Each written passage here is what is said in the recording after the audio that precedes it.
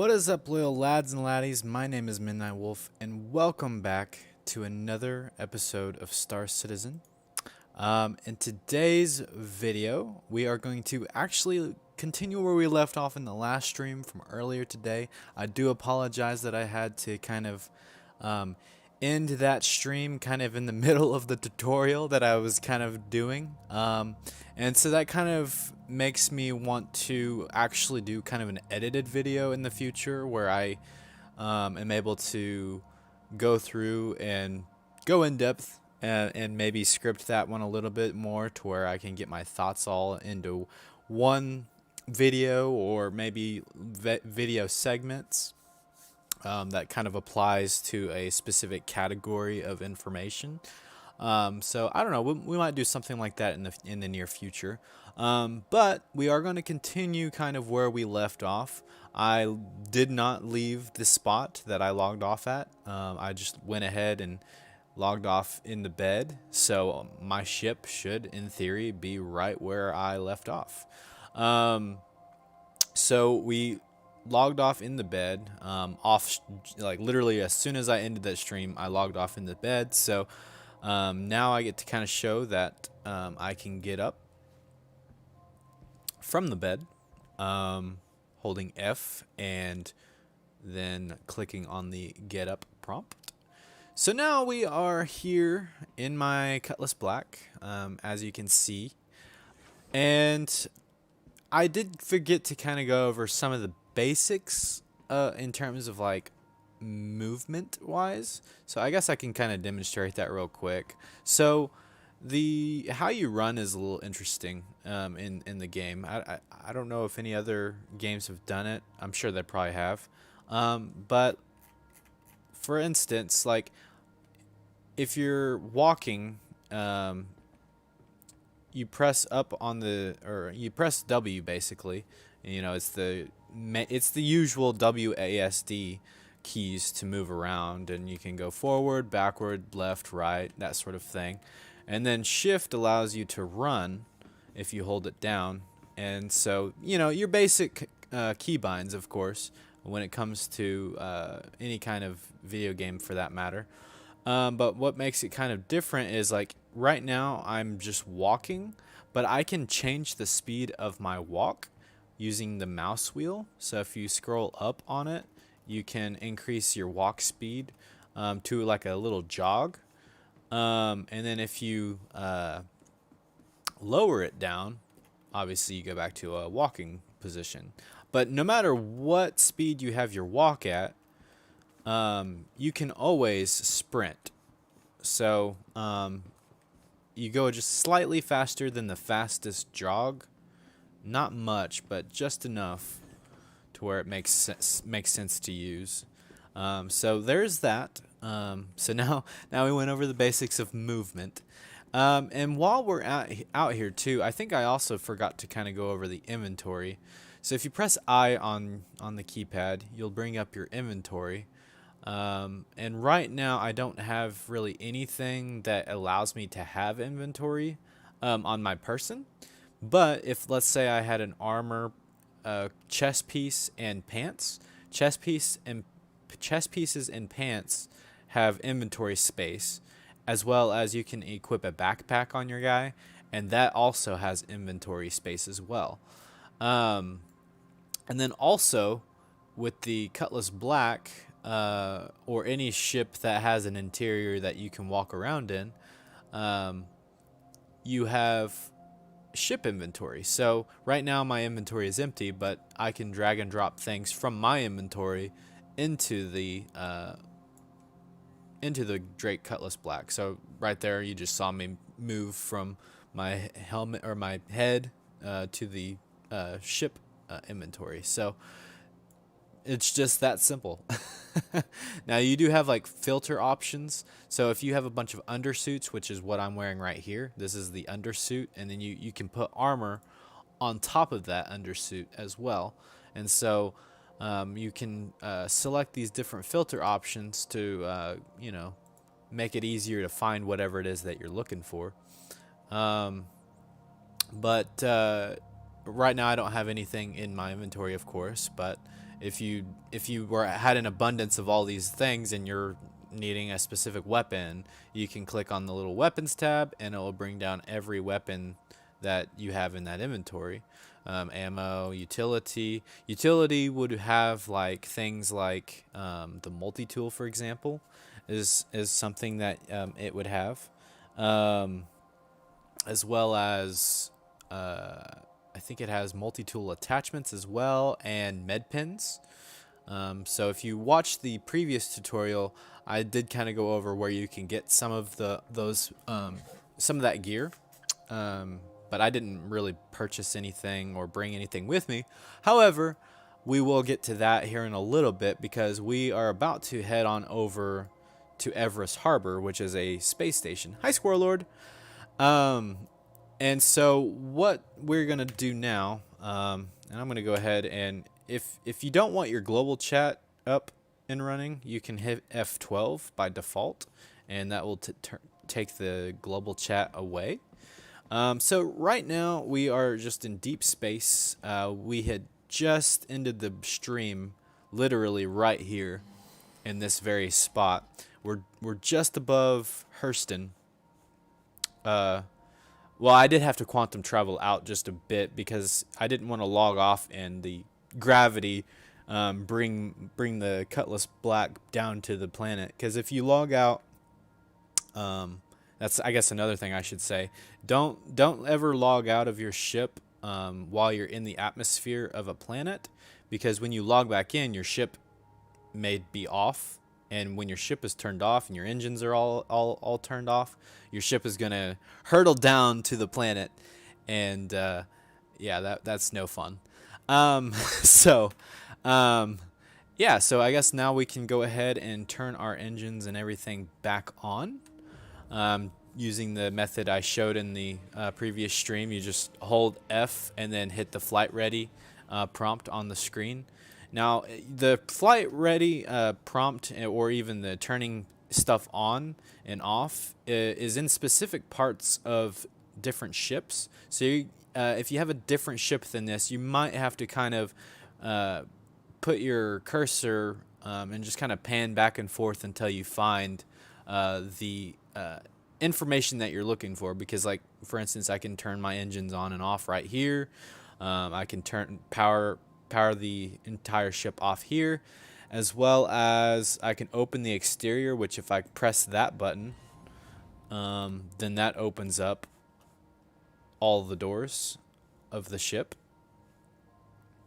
And currently there is no need for airlocks on ships just yet, because there's like an artificial barrier between space and the ship itself. So technically I could be in the little cargo area with my helmet off and it won't do anything. But I think in the near future they're about to change that, where ships will have to have an airlock to be considered safe in space.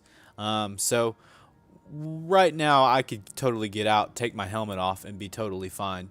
But I'm not going to do that. Plus, I think I am in an airlock room compared to the exterior doors. But if I were to go in the cargo area, I would be fine right now. But that will probably change in the fairly near future.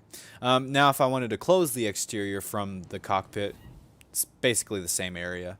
So now that we've got that out of the way, I didn't really cover like navigation in the ship as well, so I can kind of go over that real quick, because there are a couple of like advanced maneuvers that a ship can do, like especially like in no gravity situations. So you can I think is this one yaw, where you kind of spin this way.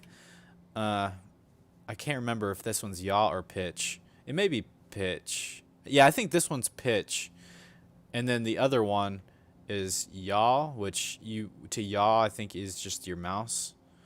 So if you point your mouse to the left, you yaw to the left, and if you point it to the right, you yaw to the right. If you use the Q key, you pitch left, and if you use the E key, you pitch right. If I remember right. Roll, that's it. Okay. Yeah, thank you for the clarification on that. So now, another thing, if you want to do vertical movement, if you want to go up, you hold space. And if you want to go down, you hold control. And so you'll go up and down. Now the cool thing with the Cutlass Black that's kind of unique to this ship is you can rotate the engines, and I did show that part in the first part of the tutorial. But if you do that paired with the space bar, your engines will actually engage in that way, and you will actually like do a vertical liftoff that's a lot faster than if it was rotated the other way. So if I do that, you'll notice that my engines are now vertically taking off. So that's a neat little thing that you can do with the Cutlass Black that's kind of unique to this specific type of ship. But all in all, it's a good system to go by.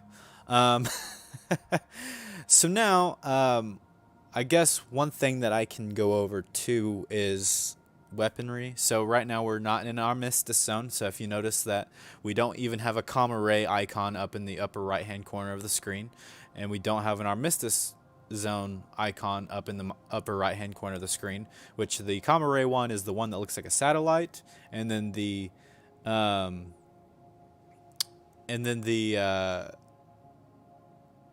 whatchamacallit, the bullet with the little circle slash mark is the armistice zone. And in those kinds of zones, you're not really able to shoot your weapons or anything.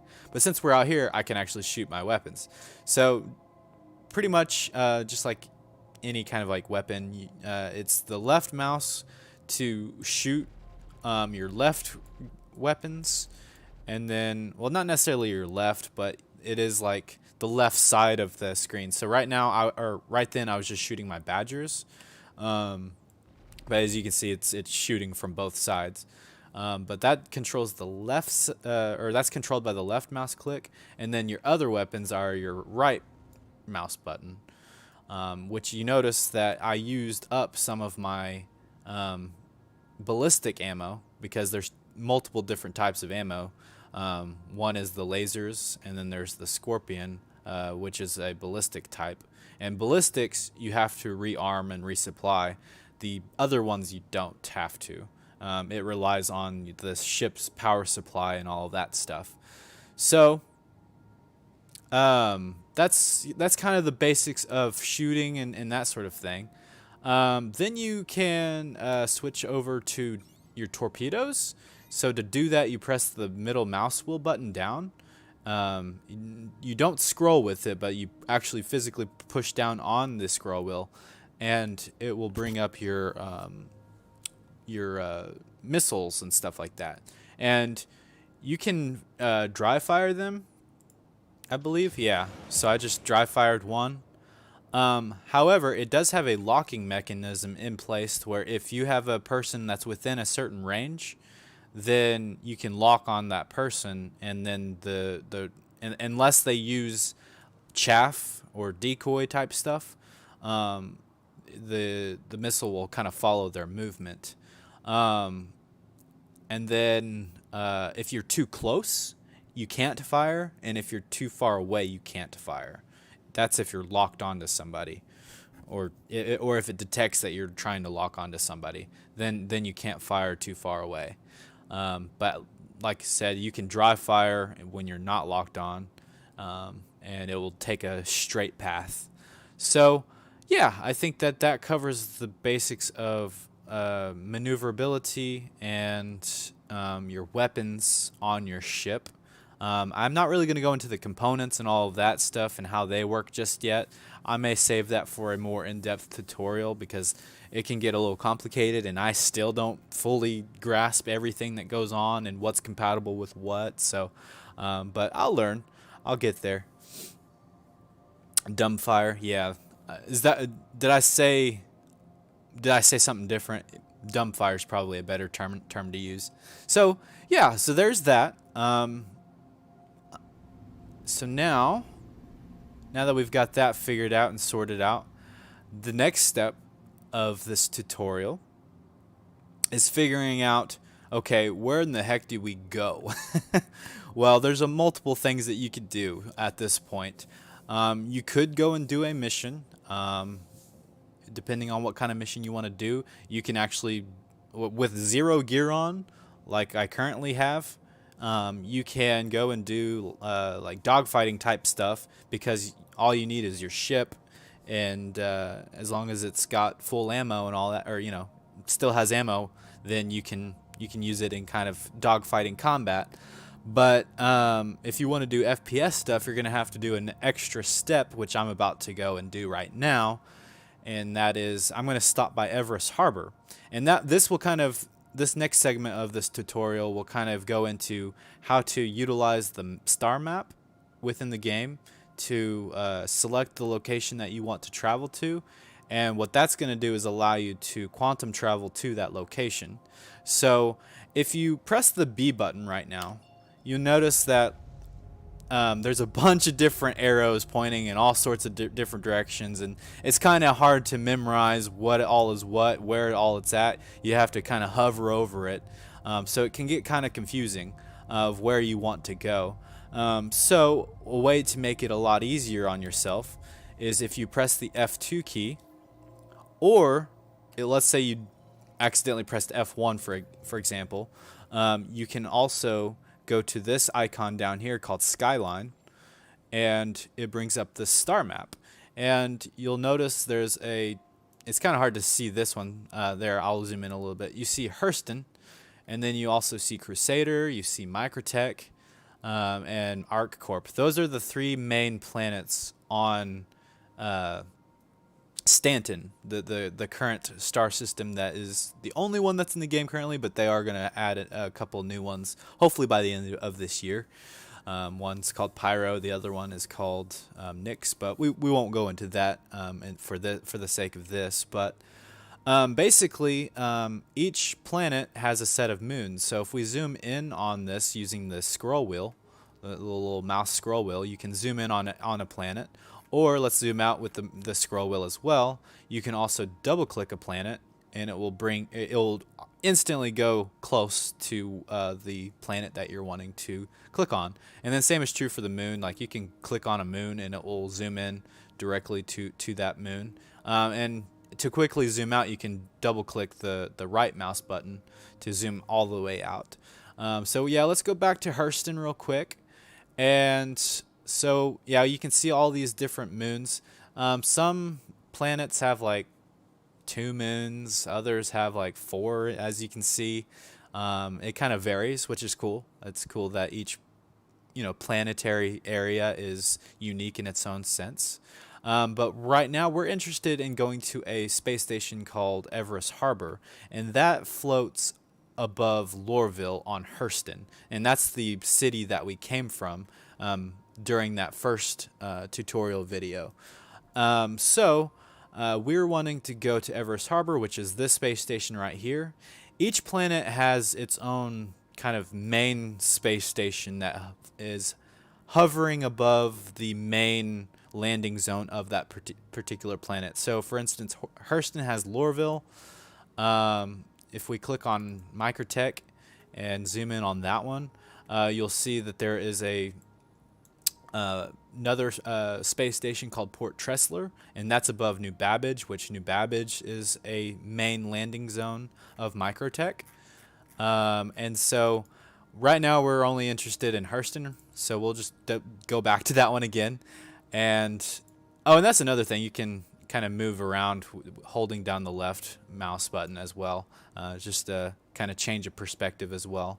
So now that we've zoomed in on this planet, we can click on this location and it will bring up this dashed line. Now we haven't set the route to this location yet.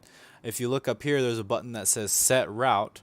So when you set route, then it turns that dashed line into a solid line. And so now we have a route kind of set for the from going from our current location to the our destination basically. And let's say Everest Harbor was on the other side of this planet, and let's say this comma ray was where Everest Harbor was, for example. I can set a target or set my route to Everest Harbor, and the game will automatically set my route to where I have to quantum travel to the comm array, and then from the comm array, it'll automatically give me a route to the next or like inline or line of sight rather destination. So like maybe I would have to make like 2 jumps just to get around a planet to get to my destination, but the game will automatically like get my route calculated for me, and then I can just literally go to that planet. And I might like explain that better here in a little bit, because there might be a time where I can actually show that, because right now I got a direct line of sight of the station, so I can go straight there, but I'll show that here in a little bit actually. Or you know what, I could probably kind of simulate me going to this run real quick. So let's do that. So I click that comm array. Because it's not a line of sight, it's going to click a route. See, it picked like a random point. There's like maybe a OM or something like that, or like a jump point, or not really a jump point because jump points are a different thing, but a destination that I can quantum travel to. And then from that location, once I arrive there, then I can quantum travel to that next location. But right now we're only interested in Everest Harbor. So yeah, I'll definitely show that off whenever I'm actually quantum traveling around and doing different things like different missions and stuff. But for now, let's go to Everest Harbor. So now, as you can see, whenever I press the B key, which is called spooling, you're spooling your quantum drive. You'll notice that no other icon is on the screen, or there's only one location that's popping up, and so it definitely simplifies what you're looking at and makes it easier to navigate the verse doing it this way. So if we aim at the destination, you notice that those like little calibration and spooling complete there. It started out like 0 or whatever, and 0%, and then it's quickly rising. So you have to wait until that's 100%, and then on the calibration you have to aim the little spool icon or whatever you call this HUD element on your destination that you're wanting to go to, and then it will calibrate. Once it says ready, you hold down the B key and you will quantum travel to that location. Dry fire, yeah, that makes sense. Yeah, I totally botched that one, but yeah, dumb fire is the word I was looking for. So now that we've reached the area of Everest Harbor, now this is kind of a weird bug that kind of occurs where it sometimes thinks that you're trying to spool again, and I definitely didn't press the spool key. So now it spits us out. I don't really know how far away. It's like 30 kilometers maybe away from Everest Harbor. And so now we have to physically fly to Everest Harbor to land there. And so we're making our way over there. And while I'm traveling there, I'm going to go ahead and put Autopilot on right now. And I'm going to go ahead and go to this menu tab on this screen. And I mentioned in the last video that you can do that literally on any one of these little screens here. So you click that little menu icon and that brings up this. And we're going to select this little Wi-Fi icon called the comms and get that ready to go for when we need it, because we will need it here eventually to request landing. And then once we request landing, then it will give us a location to land at. And so at that point, we can land. We can do whatever our business is on that particular space station. In this case, we're going to gear up with stuff that we had already purchased previously, that I already had on Everest Harbor.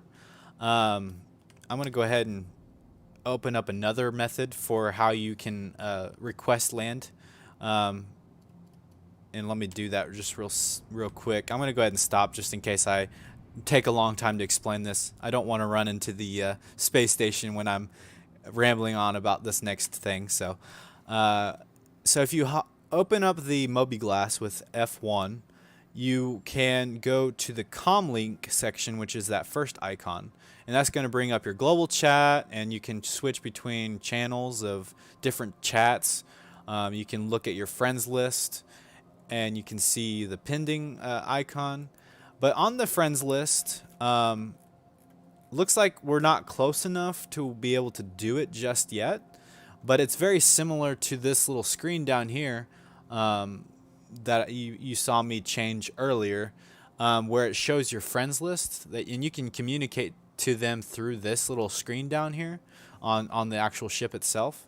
But that same sort of information will pop up here, and once I get closer, I'll be able to better explain that and show you, because the landing area will actually pop up right there. So let me just get it slightly closer. We entered the Armistice Zone, so nobody can really shoot at us if they're inside of the Armistice Zone. They may be able to hit us from outside, but right now we should be good for now. Now they can definitely run into you and ram you, which I think is another issue that people don't like, but when people do, they get kind of upset about that. But anyways, I digress there. So yeah, we're gonna bring up the little mobi-glass again. We're gonna bring up the comm link and bring up the friends tab, and you notice that the space station that we're going to has now popped up.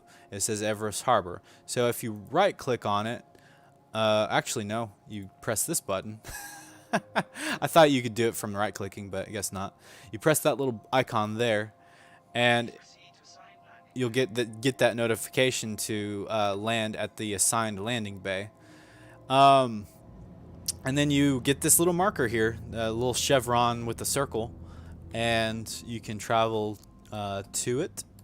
And then it'll kind of be highlighted with like a green UI element on the pad, letting you kind of know where to land on the pad.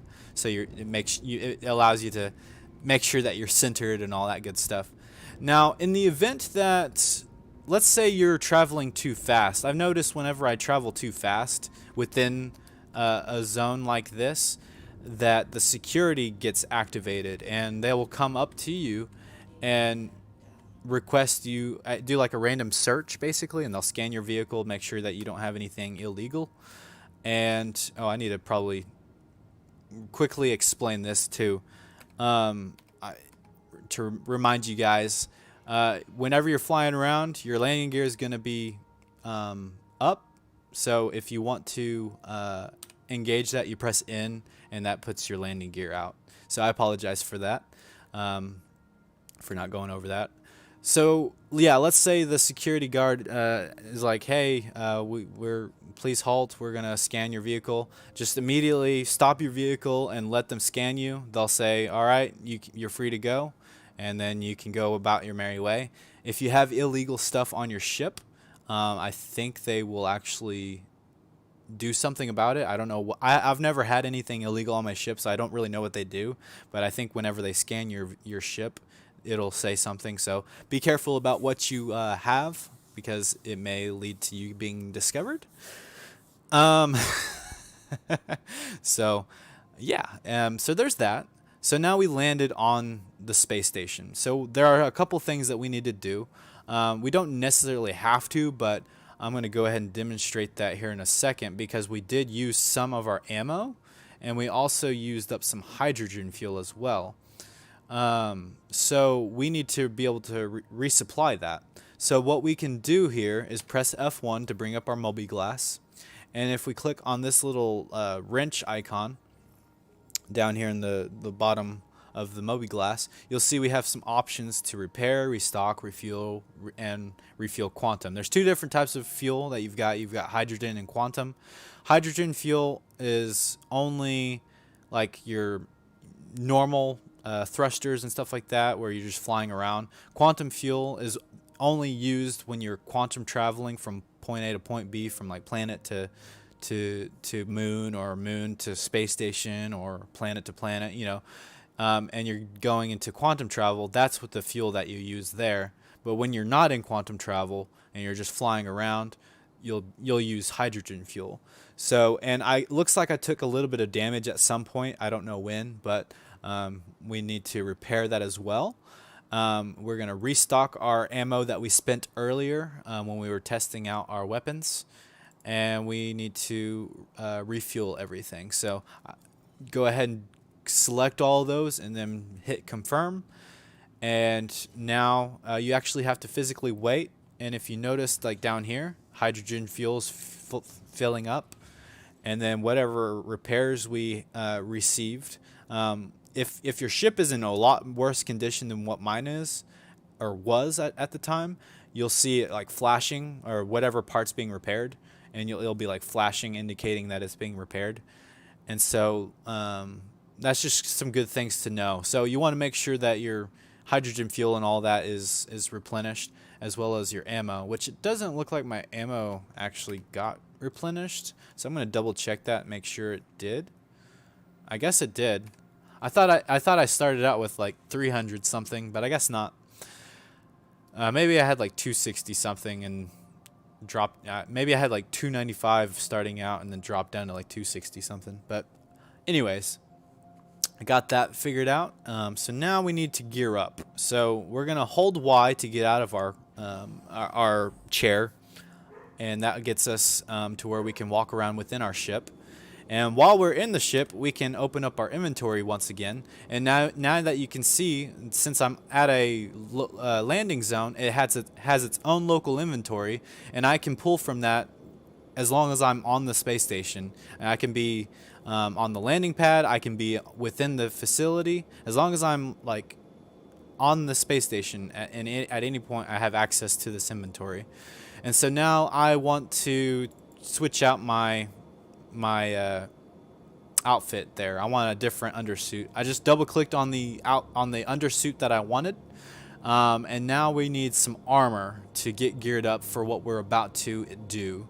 So now I'm not really a big fan of the options I have. I need to resupply my armor that I normally would wear for this, but for now I'll just go ahead and pick something. I'll wear the bumblebee helmet as I like to say, and then we're gonna scroll down and get some armor. We're gonna get a core armor, we're gonna get some leg armor, and see, this is the actual armor right here that I like to wear, but I don't have all the parts, so I'll just wear this one. So now that we've got our armor all situated, if you go back to your personal inventory, you'll notice that now I have some inventory slots because I equipped my chest and my legs. And so now if we can go back and forth between our vehicle inventory and our personal inventory, you can see now that, okay, I want to load up my Cutlass Black with X amount of armor pieces. Put that on there so that way if I die or something, I have my stuff close to my ship. And then if it's closer to get to my ship than a space station, for example, then I have access to my gear. So and it'd be a lot faster, basically. So that's one thing about it. So now we need a weapon. So let's go ahead and just grab this P4. And so we're just going to double click that, and that automatically equips it. Or you can drag and drop your guns as well, which it double clicked for whatever reason, so I'll try to better do that. In fact, I'll just try with this gun. So if you hold it down, you can actually drag and place it on your person wherever these little blue latch points pop up. And so now we've got two different guns equipped. Let's see, what else do we need to equip? We need ammo. So right now I have the P4 AR rifle, so I need that specific ammo type. So instead of just dragging and dropping these, I'm just going to double click them, and you notice it actually places on my person. So we're going to do that a couple more times. Let's see how many slots I have available. I have 4 total slots, so I'm going to do half and half maybe if I even have the other ammo type. I don't think I do actually, so I may not need to do half and half. Gallant rifle. I don't think I have that mag type. So looks like we can just go ahead and fill up on P4 mags. So yeah, I think that's good in terms of that. I think that's all we have for now. But we can get more mags here when we finish our first little mission that we're gonna do. The next thing is utility. So you're gonna want to stock up on some med pins. So I recommend just whenever you can buy as much as you feel comfortable buying. But don't max out, obviously. You're not going to use them too terribly often, but you're going to need them often enough to where I would get a pretty decent size amount. Something that's I don't know, maybe 80 med pins whenever you have enough money to be able to afford that amount.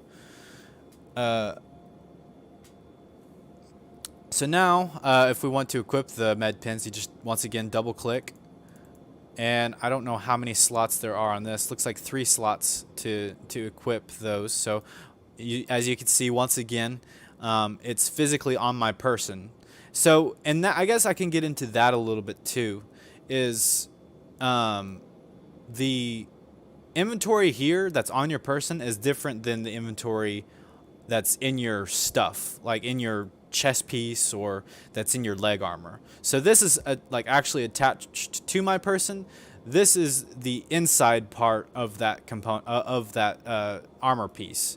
And so the difference of that is you may have ammo and magazines in here, or you may have med pins in your chest piece, but you don't actually have access to those until it's actually on your person. It's not actually equipped on your person if it's in this little square here.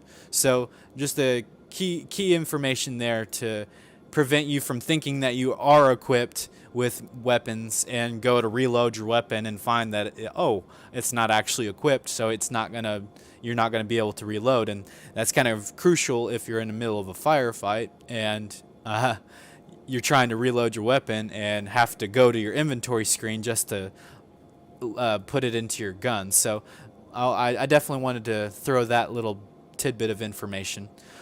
So if you watched the first part of this tutorial stream or whatever, you saw that I purchased a multi-tool. I definitely already had some, so I didn't really need to, but for the sake of like showing that you can buy stuff, I kind of showed that off.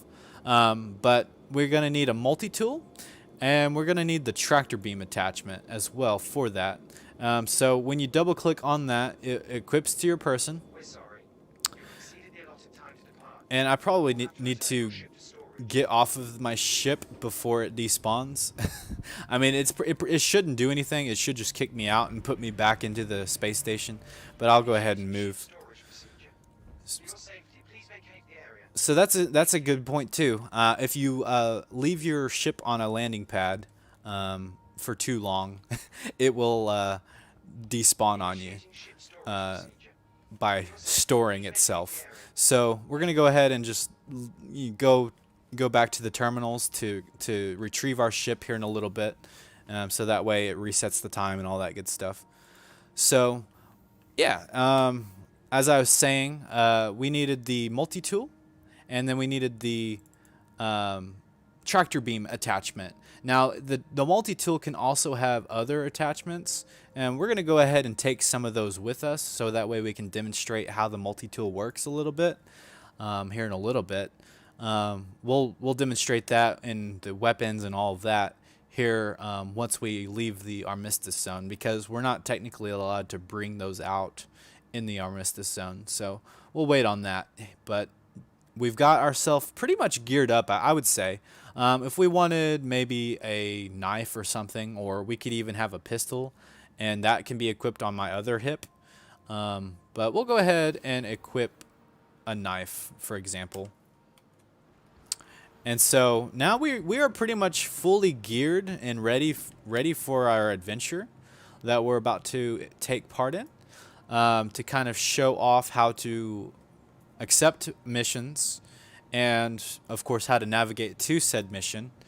And then once we get to the mission, kind of what the mission entails. Hopefully we succeed in this mission. We may fail it. I don't know.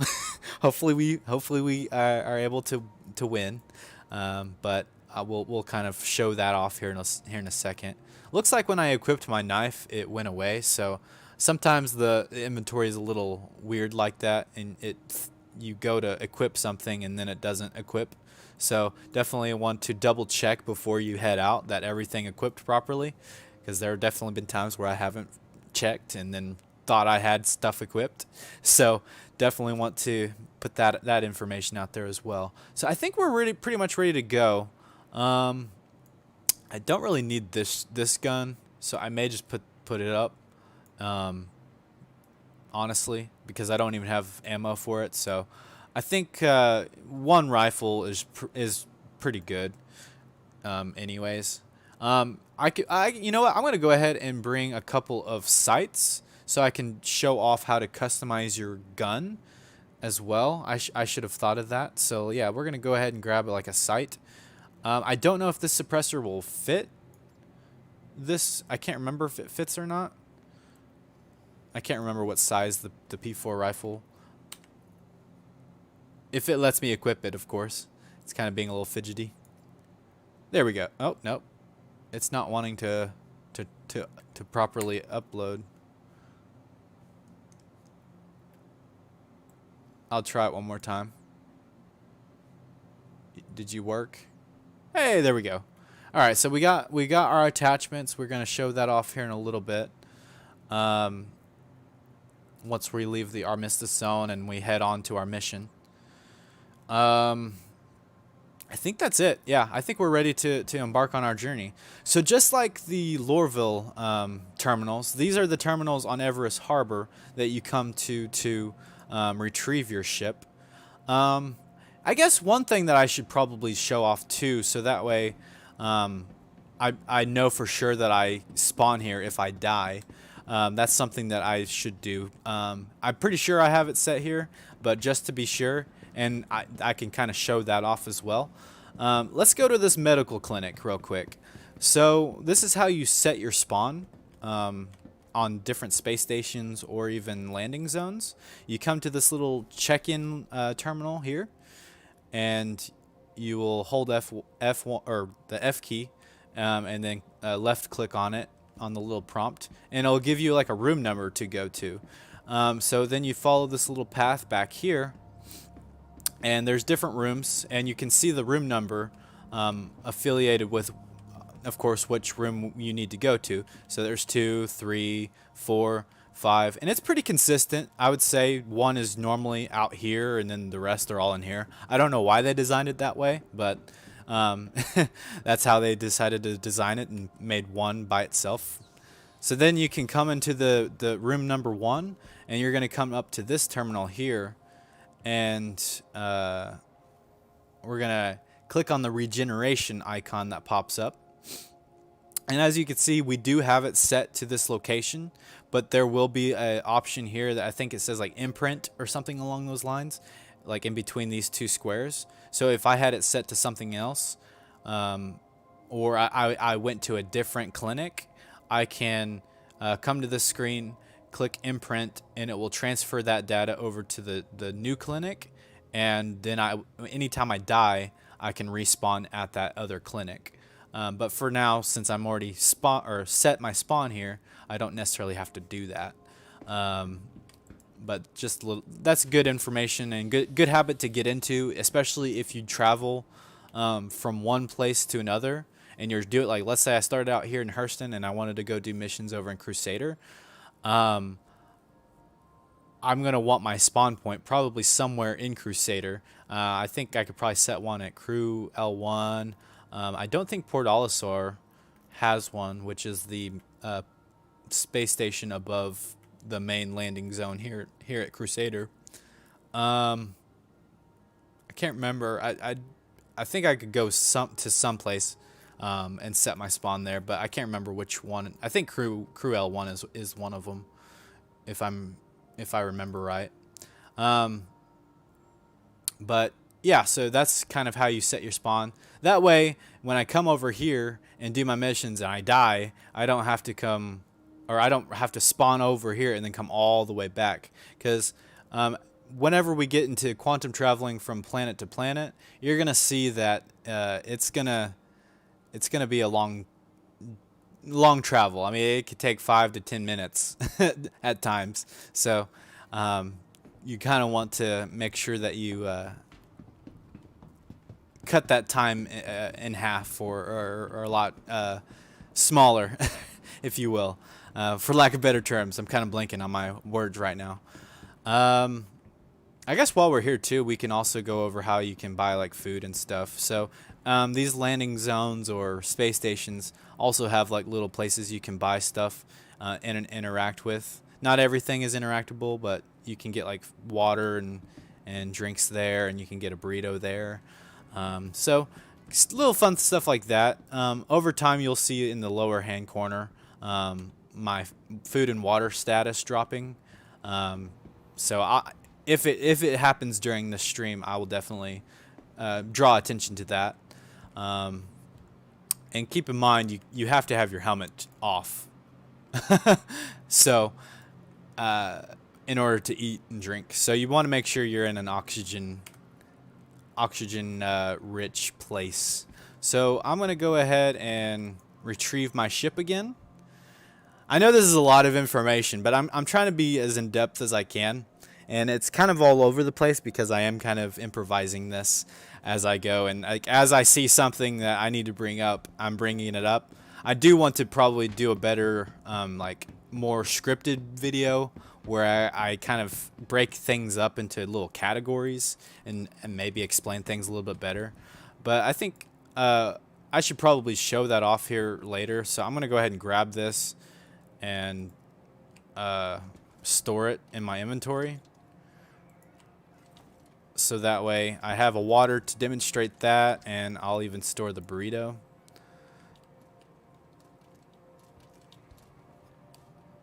So if you buy it, and hold F and have your cursor over it, you'll get these different options, and storing is one of them. So now if I look inside of my, I might be bugged. That's not good. I hope I'm not bugged.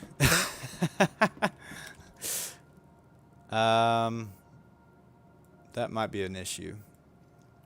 That may affect some things.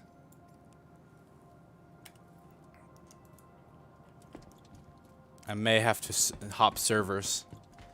Usually when something like that happens, where the game does that, where it's like something gets locked onto your hand like that, usually it means that you're bugged and you have to log out. I don't really have anything to interact with. Let me bring... Okay, there we go.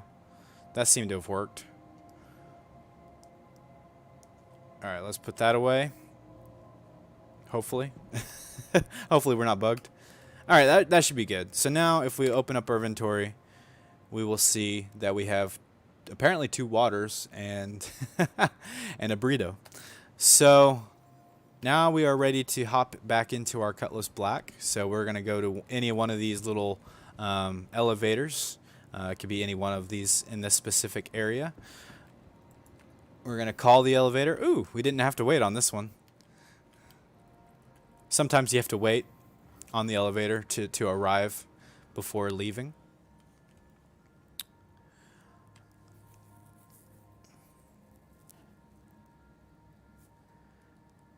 Did I get a new mic? I did not. I'm actually using my wired mic because yesterday I forgot to charge my wireless headset. So it may sound a little bit different. I don't know. It may be better, maybe worse. I don't know. But yeah, it's... I think my other one is ready, or it is fully charged, but it should be good to go. But I just decided to go ahead and just use this one for now, since it was already hooked up and ready to go. I didn't have to do any extra settings or click extra settings to fix. So it looks like my frame rates are slowly getting bad. Oh, okay. Good, it corrected itself. So yeah, we're hopping back into our Cutlass Black.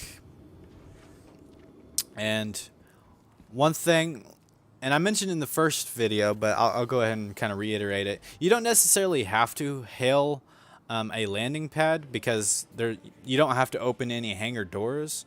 But for the sake of the tutorial, I'll just kind of show that it's kind of a good habit to be in, because I'm pretty certain that in the future they're probably going to force the players to hail the landing pad before leaving. Otherwise, you may get like fined for leaving without permission. Because I mean, you know, there's like an air traffic controller kind of guy. So I'm pretty sure they're going to eventually try to facilitate that a little bit more. But for now, you don't necessarily have to do that on landing pads. You do have to do it on hangars because you have to open the door that way. Alright, so now we need to accept a mission. And one of the very first things that we need to do in terms of missions is go to our Mercenaries tab under the General tab. And there is the mission Call to Arms. And I did mention this a little bit, but it's a good mission to have because each time you kill a criminal, you'll get a little bit extra money for doing so. And here are the values based on the crime stats of the criminal. Now these are NPC criminals. Player bounties are a lot more than this. Like you can get player bounties like, I don't know, 20,000 AUEC. I think maybe the most I've heard is like 30,000, but it could be more. I don't know. I haven't done a whole lot of player bounties to know what the rewards are for those, but each time you kill these guys, you get a little bit extra money on top of the money that you get for doing the actual mission that may have enemies. So definitely a good one to accept. And I also like to untrack it because you're still doing the mission, but it doesn't show up on your HUD. So that's always nice. So now we're going to do a fun assist in defending mission. Actually, we're going to do a guard, which is very similar to assist in defending. But the guarding one is a good one because it lasts a little longer. And it's like a wave-based mission. So you'll complete wave 1, wave 2, and wave 3 of different enemies that will attack you. So this is an FPS mission, by the way. So you can do FPS missions. You can do some dogfighting type stuff, which is mainly in the bounty hunting tab. You can go out and hunt a bounty. And right now it's more of like an assassination because you don't really subdue them. You're only able to kill them right now in the game. That will change eventually, but for now, that's all we've got in terms of bounty hunting. So yeah, we're going to go ahead and accept the facility mission. And now that we've got that mission active, we want to make sure that we're tracking it. So right now it's saying untracked, so that's the good indicator that we're tracking it. But also, if you exit out of the Moby glass and look at the screen, you'll see a little indicator of where to go. And so if we want to go to that location, once again, press B, spool our quantum drive.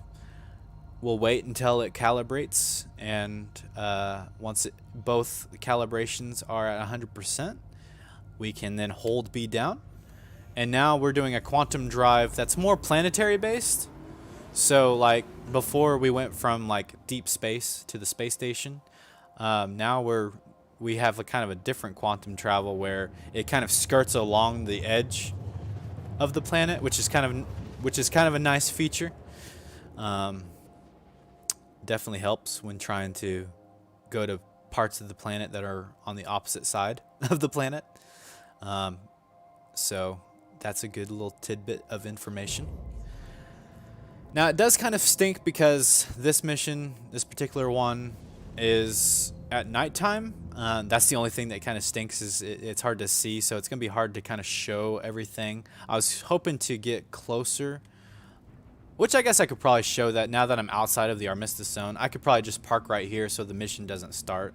So yeah, we'll do that real quick. And that way I'm in a lit up room. So because I left my ship running, it shouldn't drop at all. It should just keep going. But if I killed my engines, um, then we would be dropping down towards the planet. But I'm going to verify this because I don't want to fall to my death. Alright, we're good. Alright, so now we're in this room. And before we want to, you know, go get all gung-ho about things, we got to figure out how to, of course, bring out our weapon and all that stuff. So I think by default, if you press the 1 key, or hold it rather, it'll bring up this like little weapon wheel. And you can select what weapon you want, and by hovering over it with your mouse, and you'll bring out your weapon. And so now we have my rifle out. Now let's say I brought a sight with me and a silencer attachment, and I want those on my gun. There's a couple of ways that you can equip those. One of those ways is through the actual inventory screen, which is okay, but it's not very immersive that way. It's kind of cool to do it the other way that I'm about to show, but you can like drag and drop it onto the item itself. Or I think you can double click it and it will automatically equip it as well. But the cool way to do it, if you hold F while the weapon is in your hands, you can hover over it with your mouse cursor and it'll give you a bunch of different options. Now you can carry it lowered, so then your gun kind of is at your, or kind of at a resting position, which is cool. Good for like cinematics and stuff like that if you want to do cinematic type stuff. But we can also raise it. So let's carry, and we need to customize it. So the last option on there is the customize option, and you can see a couple of different dots, and these dots represent little attachment points. So up here, of course, is where we would attach our sight, and then we can equip our little reflex sight.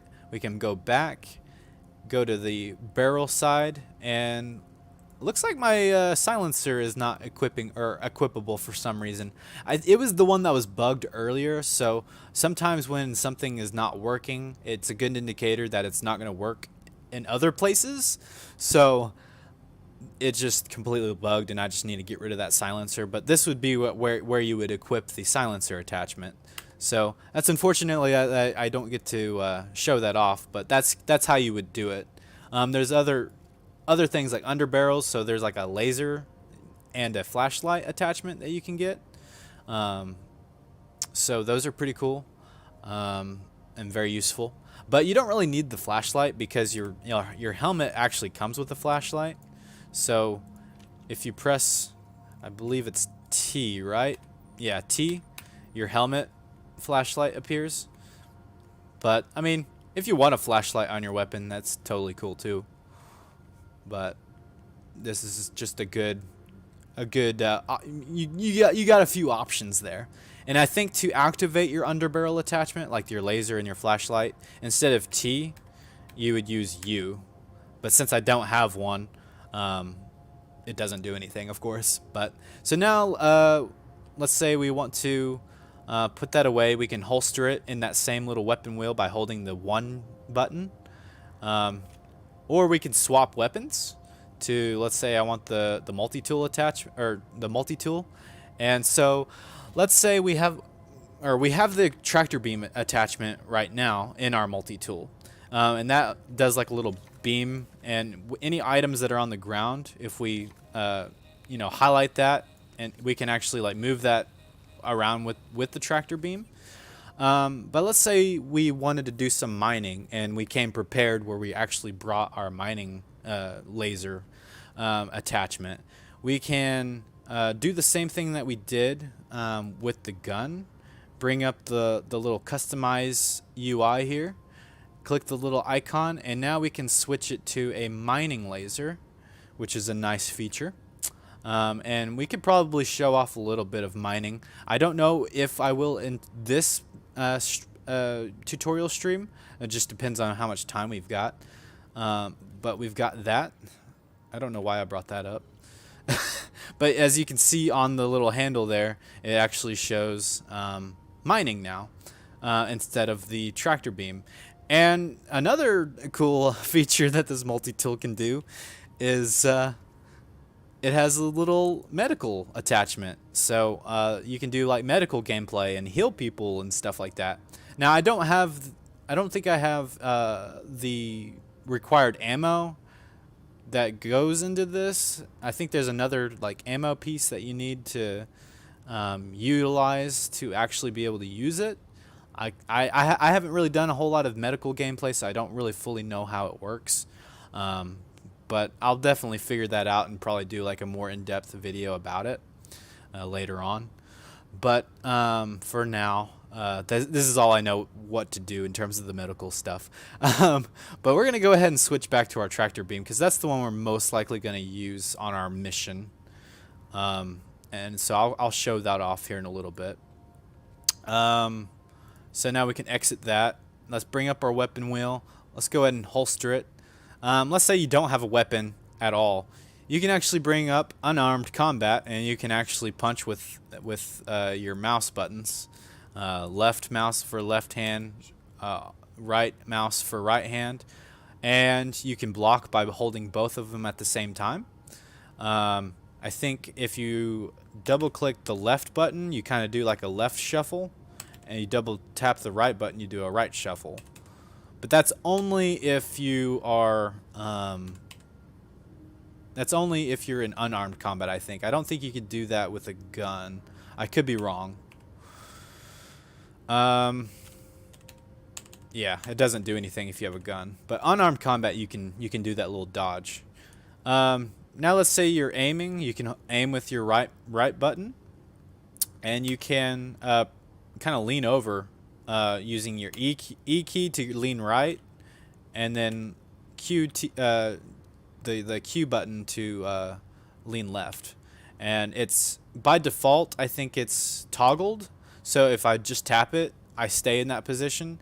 I have to tap the E key again to go back to the normal state, or press E. If I press Q to go left, and I'll stay in that state until I press it again. Or maybe I start out in the left and I want to go immediately to the right, then I can just do that as well. So there's some options there for combat. So that's definitely good for when you're going up against a corner. You can kind of lean into the room a little bit and get back into cover, lean, all that good combat stuff. So good information there, I think. So I hope that helps you guys out. Give you some combat tips. I don't think I covered prone. So I mean, you can go prone. You can crouch with control, the control key, or you can go prone by pressing the X key. You can do like a little roll thing and do sit-ups. That's literally all I use this little prone state for is to do sit-ups. But we're gonna roll back, and I think you can also do this with a weapon equipped too. So if you do that, now you can fire from this position. So that's, you know, some interesting maneuvers there that you can do. But we'll go ahead and stand back up and holster our weapon. I think that's the basics of everything that you need to know to equip your weapon and customize it. If I forgot anything, please let me know. I can definitely revisit the weapon stuff. Oh yeah, I guess you could also throw in grenades. If you have grenades, I think I changed the grenade button. I can't remember. It may be like 4. If I hold down 4 or something. I guess because I don't have a grenade, actually, I can't do it. But it may be G. I may not have switched it, but I know like throwables is G. So by default. So if you want to throw your grenade, you just press G and you can throw it. Let's see. There's a couple other things that I'm probably forgetting, but we'll go ahead and just get started in the actual mission itself. So we're going to get back to our pilot seat. Hey, Zigzag, welcome back, man. We're about to kind of go over the basics of the combat here. Oh yeah, we already traveled to it there, so all we have to do is now fly down there to the planet. So this, I guess, another good thing that has occurred with it being nighttime is we can show off how to turn your ship headlights on. So if you press the L key, you can actually bring up the ship headlights. So it makes it easier to where you can see at nighttime. Go figure, right? So definitely useful. So you earned 175K. Nice. Wow, that's actually really good, man.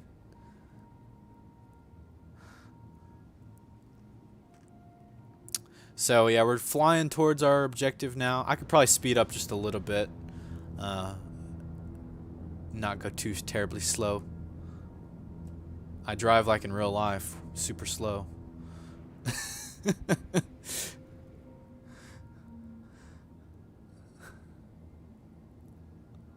I'm definitely the guy who's literal with the speed limit. I'm gonna be brutally honest with that. I am. If it says go 60, I try to do everything I can to go 60. If I do ever speed, it's like 2 miles over. That's it. Which I guess is a good thing. Means I'm abiding by the law for the most part. So.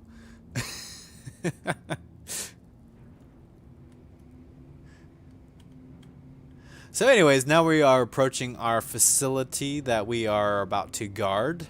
One thing that I do kind of like to do when I come to these facilities, these bunkers, is I do oftentimes like to park behind here.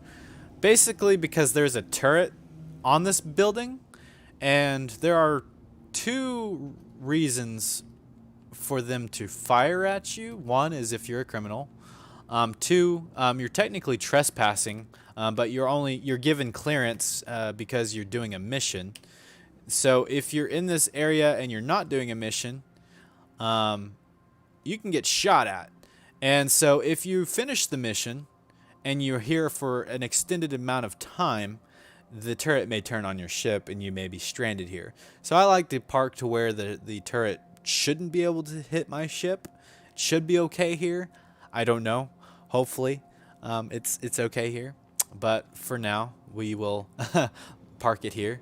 Now, if you're in a hurry and you're not, you know you're going to be in and out, you can definitely park right in front of the doorway and be totally fine. But we're going to go ahead and just go ahead and do what I like to do. This is definitely personal preference. You do not have to land on this side of the building if you don't want to.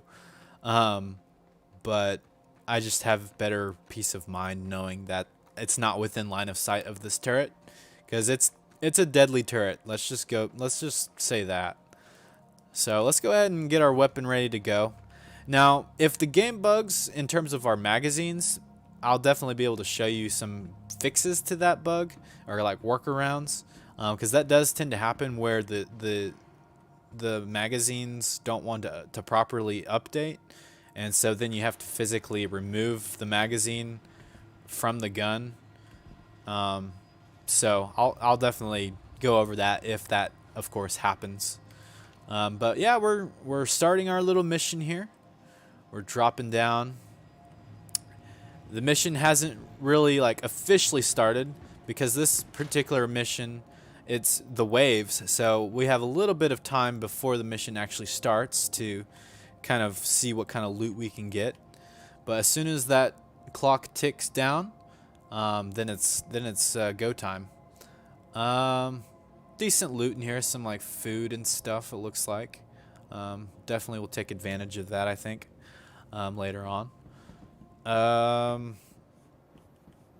Yeah, these guards here, these are Hurston security. They're the good guys. You definitely do not want to shoot them, or you will fail the mission. and then you'll also get a crime stat. The good AI is actually pretty good against the bad AI. So like technically you don't even really have to participate. You could literally just sit back and let the guards take care of it, but I don't like to be that way. However, I do like to start way back here because they can't spawn behind me, so this is just a good spot to just kind of camp. I'm a little passive when it comes to that. All the times that I've been super aggressive have led in me dying, so I've kind of just been passively playing this in the background. But you can see that like already the AI is already engaging in some combat. So I'll push up a little bit here. I think I should be okay to push up to at least here. Looks like they killed that guy.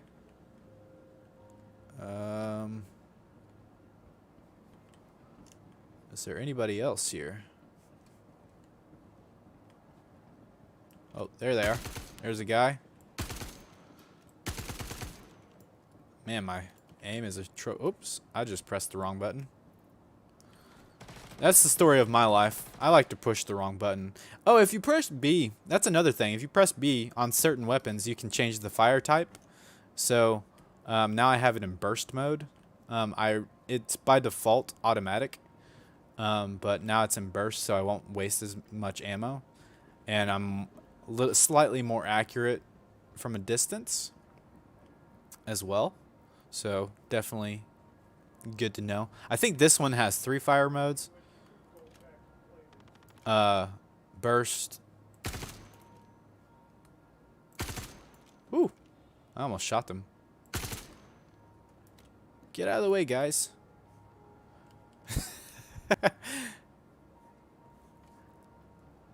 Normally I'm better than this.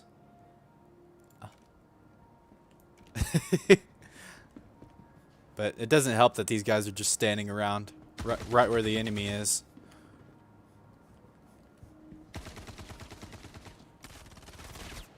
Ooh, I got shot at. Let's see here. There's like a lot more security here than usual, so it's kind of nerve-wracking having all these guys here. It's kind of bizarre. I'm not used to having this many people or this many security right next to me on this mission. So not cool. Because literally all I have to do is I think tap them once and they automatically are hostile towards me.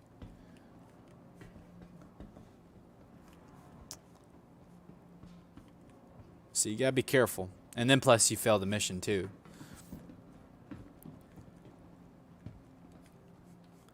I guess they went upstairs. That's what it seems like.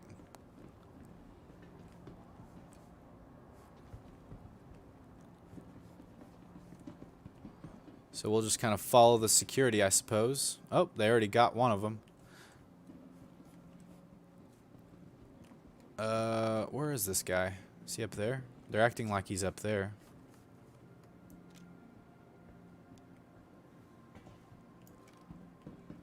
My goodness. So hopefully I can find this guy before he finds me. Oh, there he is. Almost got him.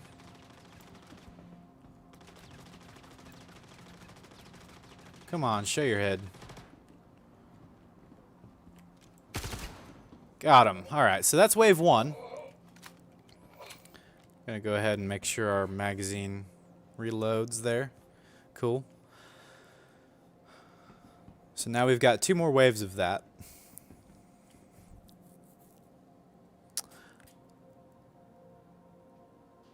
Want to go gray cat rock mining? Not good nor bad, just the thing. Also, well, right now I am doing some tutorials. But later on, whenever I'm not doing the tutorial stuff, maybe not today, but definitely the next time I'm on, we can totally go rock mining. But right now I'm trying to kind of show the ropes to new players, kind of what all you can do. So that way you guys can know what to do as soon as you hop into Star Citizen. But otherwise, normally, yes, I would totally go and do those types of things with you guys. So yeah, now we're just kind of waiting. That sounded like they're like right next to me. I get so nervous when it comes. Oh, excuse me. Oh goodness, something went down my throat. Oh. Oh, that was atrocious aiming there. Wait, what? Aggravated assault. How? That was... What? How? That was a good guy. Uh-oh. This could be bad. That guy had blue armor, didn't he? I could have sworn. Run. Well, this... I already failed. That was, no bueno. I gotta get out of here. Run.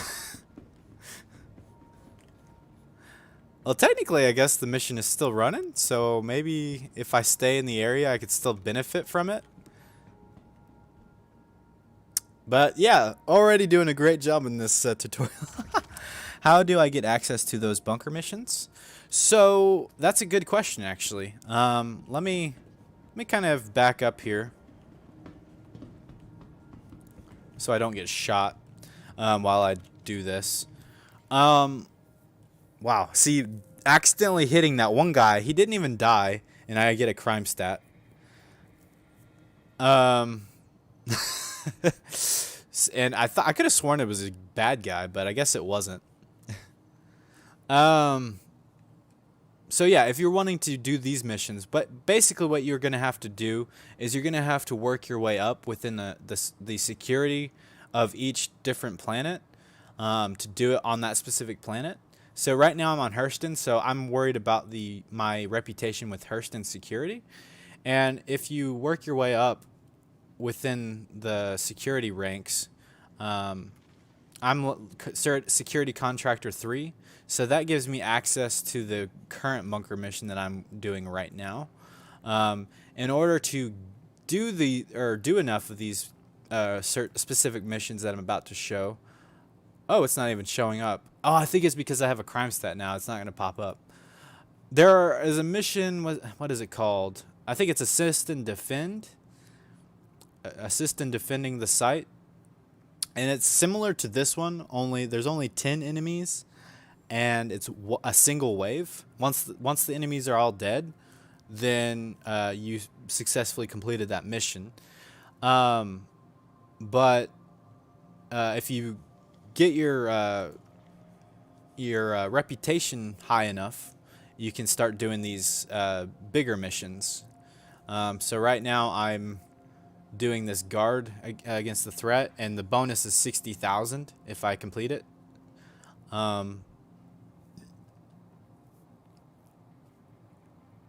He did die? Oh, okay. That's unfortunate.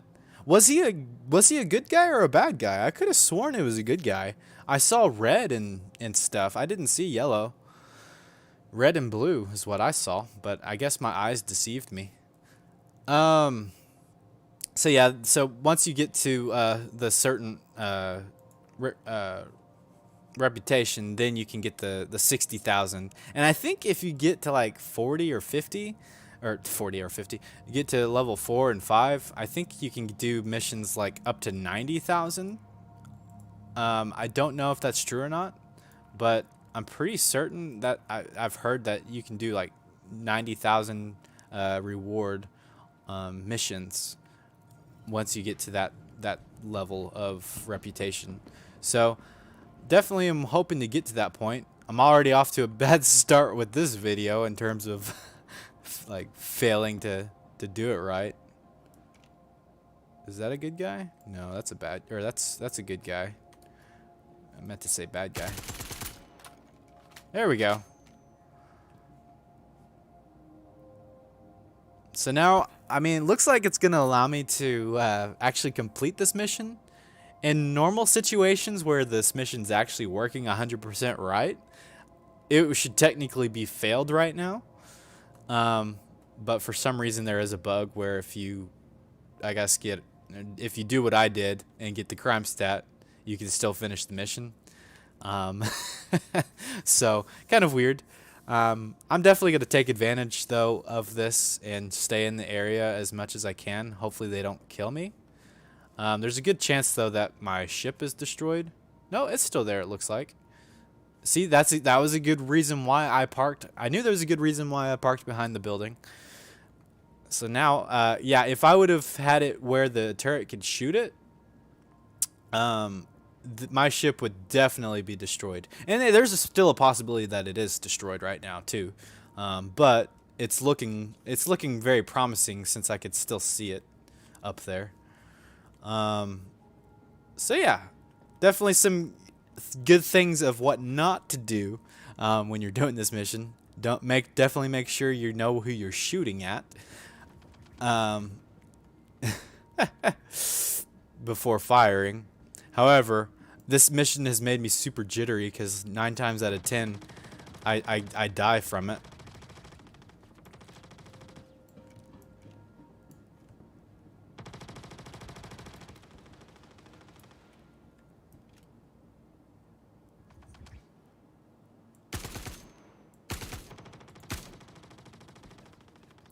So, yeah, this is some good stuff, though.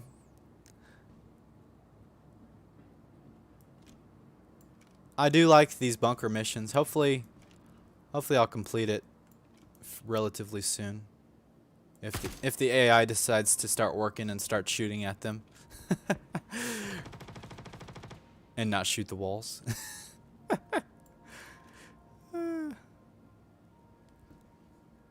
It's like whack-a-mole. Like they'll pop their heads up.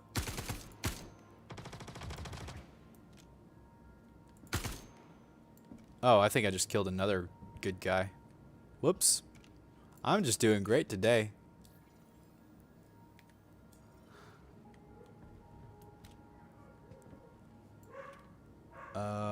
Where are the bad guys? The reason why I'm not going in there is because when the AI starts working, they're totally going to turn on me and start shooting me.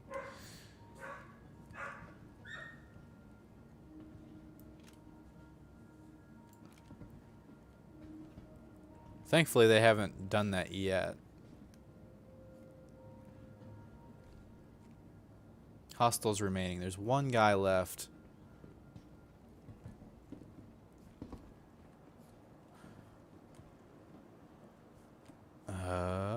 Where are you?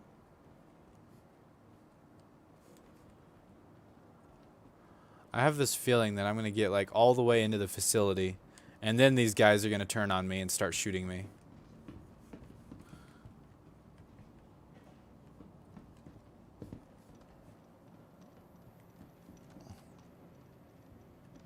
I'm surprised they haven't shot me yet. We can act like we're stealthing.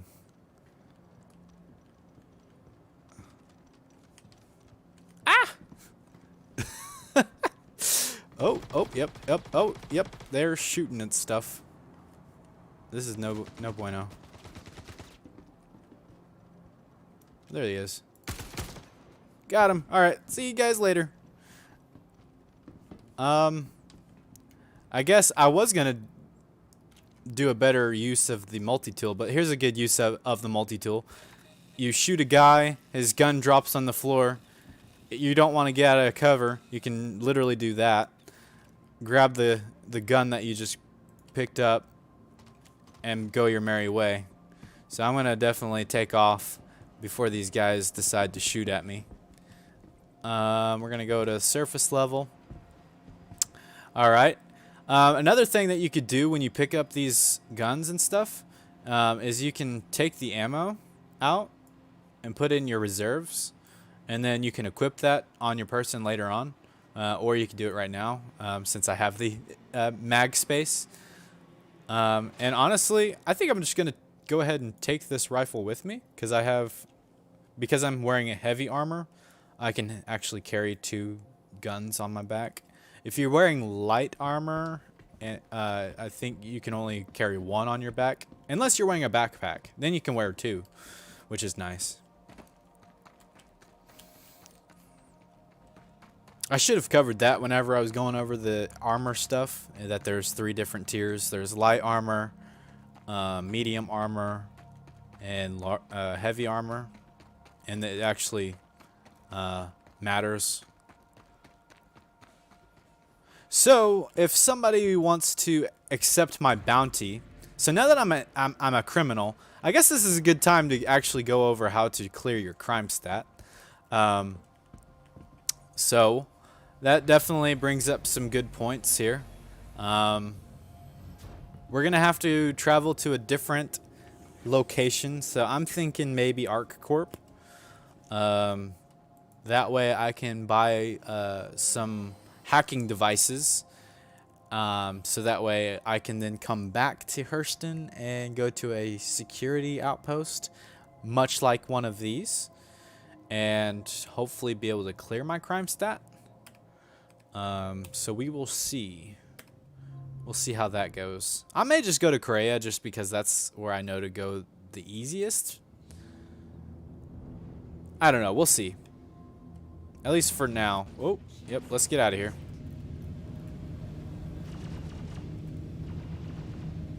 All right. Cool. So now we semi-completed our first mission, even though technically it was a fail, because I did accidentally kill one of the good guys, apparently. I could have sworn it was a bad guy. I saw red and blue outfit, but I guess it wasn't. I'll have to go back and look at that footage and see if it was a good guy, because I could have sworn it was a bad guy. But we'll just kind of humor the game for now. So yeah, now our objective is leaving the atmosphere because we have to get within a certain height or a certain altitude. I think it's 10,000 on Hurston. And then now that we're definitely at that altitude, so now we can go ahead and slow down a bit. We're gonna open up our star map, and so now we get to do some interplanetary quantum travel. This is a good time to show that off. So we're going to go to ArcCorp, which if you're not familiar with ArcCorp, it's a planet that literally is one big city. And you'll see that here in a little bit. It's literally one big like metropolis city thing. So, it's pretty impressive, pretty cool. And it has a different transport system. And so, very useful. I guess while we're there, we can also kind of go over like if ArcCorp or Area 18 was the location that you chose to be your starting spot. And one second.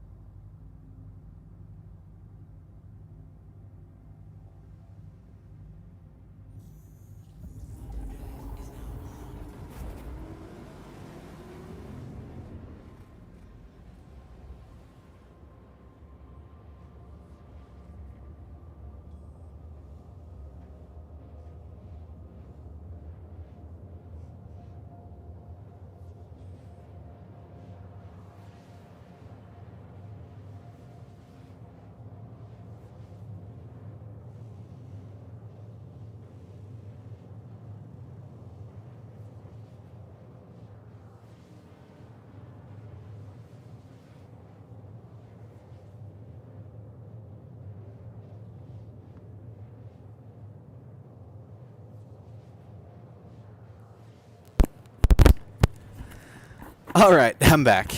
So, I guess while I'm on my way to ArcCorp, I can explain this as well. So if you look up here, you'll notice I have this little icon here with a person and a crosshair, and then these 3 little marks here. That says that I have a crime stat rating of 3. So that means I'm slightly valuable target.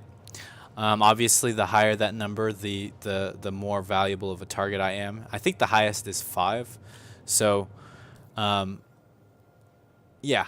So if somebody were to accept my bounty, what they would do is they would go to their contracts, and if they have a high enough bounty renown or reputation, or if they no, it's not reputation. It's based off of the contracts. No, the certifications rather. That's the word I was looking for. You'll have to do like bounty hunter certifications, and those certifications will give you access to player bounties, and then you can go and actually try to take out a player who has a crime stat. So right now, if somebody wanted to, they could totally come after me and try to shoot me down. And so this could go one of two ways. I could, either get shot down and killed, and then show off gameplay of prison within the game, which I won't be getting to today. So regardless of what happens today, I'm not going to be able to continue much further in today's video. We will have to do a part 3 of this tutorial series. But we are going to get to at least to ArcCorp. We're going to land there, and then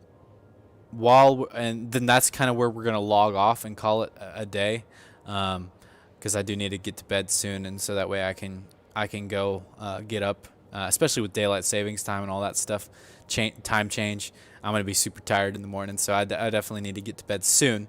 But for the last little bit of time that we have together, yeah, that's kind of the objective, though, is we're going to get to ArcCorp, we're going to land there, and then tomorrow I will show you how to clear a crime stat. Basically, what you're going to need is little hacking chips, and you can get those at either ArcCorp or Grimhex.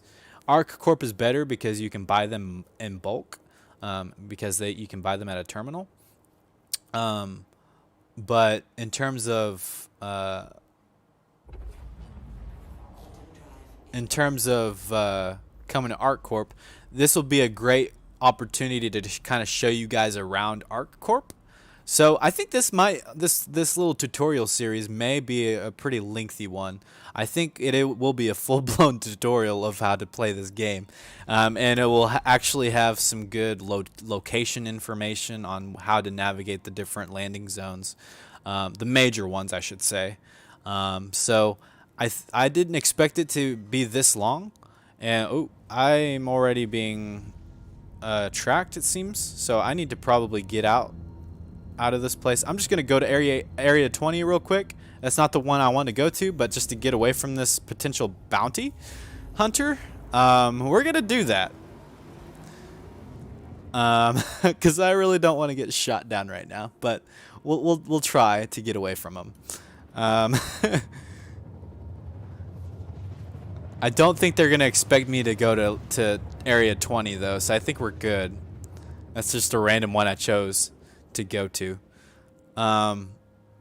But they may actually have my marker, so I'm gonna have to be pretty quick about this. I'm gonna have to find area 18. That's the location we're wanting to go to. So let's get to the map. Let's quickly open up ArcCorp, and we are wanting to go to area 18. Where is area 18? There it is, over there. And we're gonna set our route to there. Yeah, I'm pretty certain that was a player bounty hunter, because that just seems crazy that it would happen that soon after coming here. So yeah, we're gonna go ahead and head on over to area 18. We're gonna land there, and then that's where we will end this stream.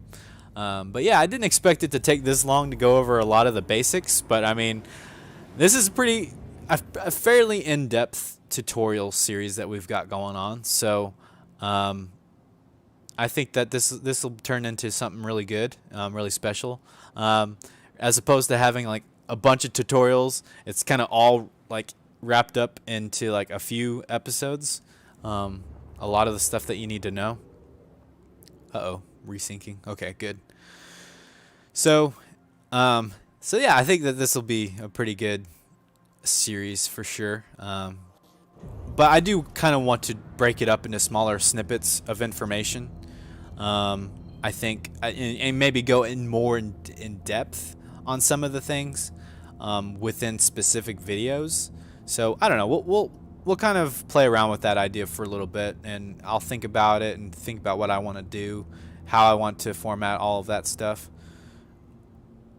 My crime stat, our Mr. Zone revoked, so if somebody were to come after me, they could still shoot at me, I think. I guess that's how that works. I don't know fully, because I'm not normally a criminal. So,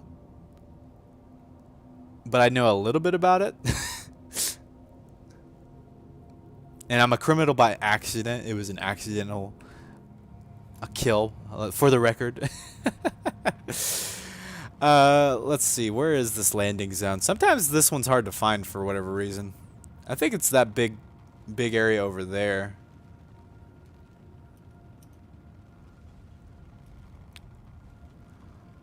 But as you can see, yeah, this is a massive city. And it covers the entire planet.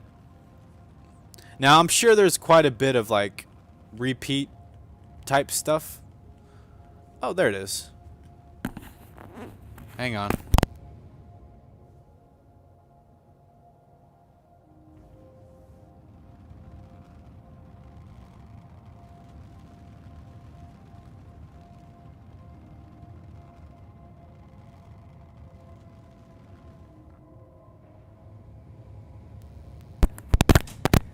All right, I'm back. Sorry. So yeah, there's the landing zone. It's kind of funny because I just watched The Lord of the Rings, and now that I'm here, I see that eye down there, and it totally reminds me of The Lord of the Rings now. And I'm pretty certain that's probably what they were going with. Probably, but it's kind of funny. I watched The Lord of the Rings recently for the first time in my adult years. I watched it when I was a kid. And so I watched it at a time in my life where I had no idea what the heck was going on in the movie. But, yeah. All right, so now that we're close enough, we can bring up our little comms screen here. And we're going to open up the landing service. And hopefully they'll open up a hangar soon. Oh, I can't even land here? Really? I had no idea you couldn't even land here. That's news to me. That's cool. I had no idea that was a thing. Normally, I go to Grimhex for all of this stuff. I did not know that they would actually prevent you from coming here. So that's cool. That's good information to know. Mistakes are definitely made, and that's what is a good way to learn from mistakes is through trial and error. So I guess what we're gonna have to do, and it looks like we might have some company. You know what? I may engage in some PvP just for the sake of it. And if I die, then that's an opportunity to show off the prison gameplay. So we'll look at it that way. So we'll end this video kind of if this is an enemy or a bounty hunter rather that's looking to collect on my bounty. It probably isn't, since it's a caterpillar. They probably think that I'm coming after them. Don't worry, buddy. I'm not coming in to kill you. I just was seeing if you were trying to kill me. I know they can't hear me, but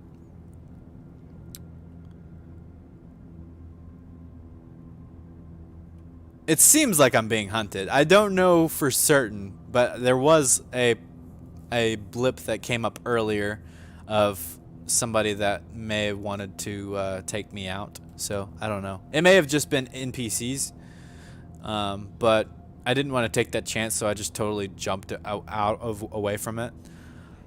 But we'll go ahead and leave the atmosphere, and then I'll just bed log somewhere up here. out of Atmo, of course. And then we will pick up literally right where we left off. I thought I could get those chips here. Apparently I was wrong. At least when you have a crime stat, you cannot do that. That's kind of cool. I had no idea that they would actually prevent me from coming in. I guess that's kind of where smuggling gameplay comes in handy, to where since I can't land here, if I'm with another person, I'm sure they can probably use their landing privileges to allow me to do that, or allow me to get into the city. So good to know, though. So I mean, that's a good way of teaching you guys that you cannot go to ArcCorp Area 18 more specifically if you have a crime stat. So this was news to me. I had no idea that you couldn't do that. So cool. That I mean, it makes sense. So we're just gonna kind of go semi into quantum, and I'm just gonna stop the quantum travel right here in deep space. As you can see, I'm in a random point in space, and you can see ArcCorp way off in the distance. I actually traveled that far in a short amount of time. I'm in a random spot in the universe. It's not a loading screen from planet to planet. It is an actual physical location that you can actually physically go to, and that's what's so awesome about this. So I guess the last thing that I didn't really show off in the last stream, but I can go ahead and do that now, since I have kind of a goal or kind of an idea of what to do next. We're gonna go ahead and bed log. So this is how you bed log if you're in a spaceship that has a bed. And you just come into the little bunk bed here, hold F, and this one's a little weird. You have to kind of look at a specific spot for the logout prompt to show up. So like if we were just right here, it just says get up, but if you kind of look down here, it actually has the logout functionality. I don't know why they did it that way, but for whatever reason that's the case. So we'll go ahead and bed log and show that off. So next time we log back in, we should log back into the bed. So, and I'll kind of show that off too. So I'll kind of like start off the next stream, if I remember, of course, on this screen here. And then I'll kind of show that it actually works, that you can log back in that spot. Because used to you couldn't. Used to, if you bed logged, then bad things would happen. You'd like spawn in the sun. You would, or something crazy like that. But yeah, I think this is a good place to end part 2. But don't worry, there is going to be a part 3 to this little tutorial series. It is a very in-depth thing, and you don't realize how much stuff there is to talk about with Star Citizen until you actually start to talk about it. It is insane. I mean, the amount of detail that this game has is incredible. A lot of that stuff, you do, like, once you get good at it, you do it so fast that it's hard to know if you can what am I trying to say? I got distracted. Normally you kind of take a lot of those things for granted, but when you really sit down and really dissect everything, what all you can do and what all you can't do, obviously, as we've shown off that, hey, it's bad to shoot a security guard when you're doing those guarding missions, or you can't go to ArcCorp if you have a crime stat. I just now learned of this today, so it's really cool, all that the attention to detail that this game has. And so that's another good thing about this tutorial series, to really kind of put things into perspective. There's here lately there's been a lot of things going around about Star Citizen, and it's been in development for 10 years, and it's still in alpha or pre-alpha or whatever state that you want to call this game in. And I'm here to say that it's in a very playable state. Is it buggy? Absolutely. But it's in a very playable state, and the amount of detail and care and love that CIG has put into this game is just incredible. And so that's another good reason to have this tutorial, is to and do as in depth of a job as I possibly can from the knowledge that I know. Um, I'm finishing. I'm coming. From the knowledge that I know, that was my wife. Uh, to Hey, what are you doing? Why are you creeping?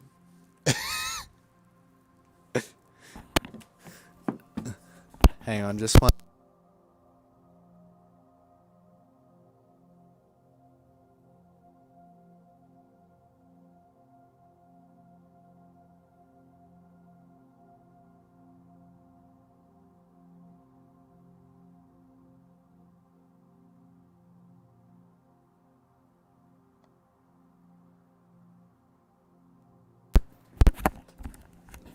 So, anyways, I'm back. I'm back to say goodbye, basically. Thank you guys so much for watching. Stay tuned for part 3 of this series. Um, we're going to definitely take a look at 2 different possible routes. One is somebody accepts our bounty and takes us out, and we go to prison. So then we can kind of go over prison gameplay, which is also good because it also covers mining gameplay a little bit, or at least hand mining. Gameplay, but you can either mine or you can escape prison. There's 2 different routes. I'll show a little bit of the escape route. I don't know the full route, so I would probably just get lost anyways, but there is a route that you can take to escape the prison. But I will definitely show off the mining gameplay through the prison, and that mining gameplay does translate over to the normal stuff too. But I might also do a little bit of mining out in the verse as well, other than just the prison, to show that it is basically the same as well. But yeah, that will be at least one of the possible routes that we will see in the next tutorial. But we will definitely go over, if that's not the possibility that happens in that tutorial. If we don't die to a bounty, if we actually succeed in clearing our crime stat, that's what we'll show off, is basically clearing the crime stat. So, anyways, I kind of am rambling on about what's to be expected, but I hope you guys enjoyed, and I'll see you guys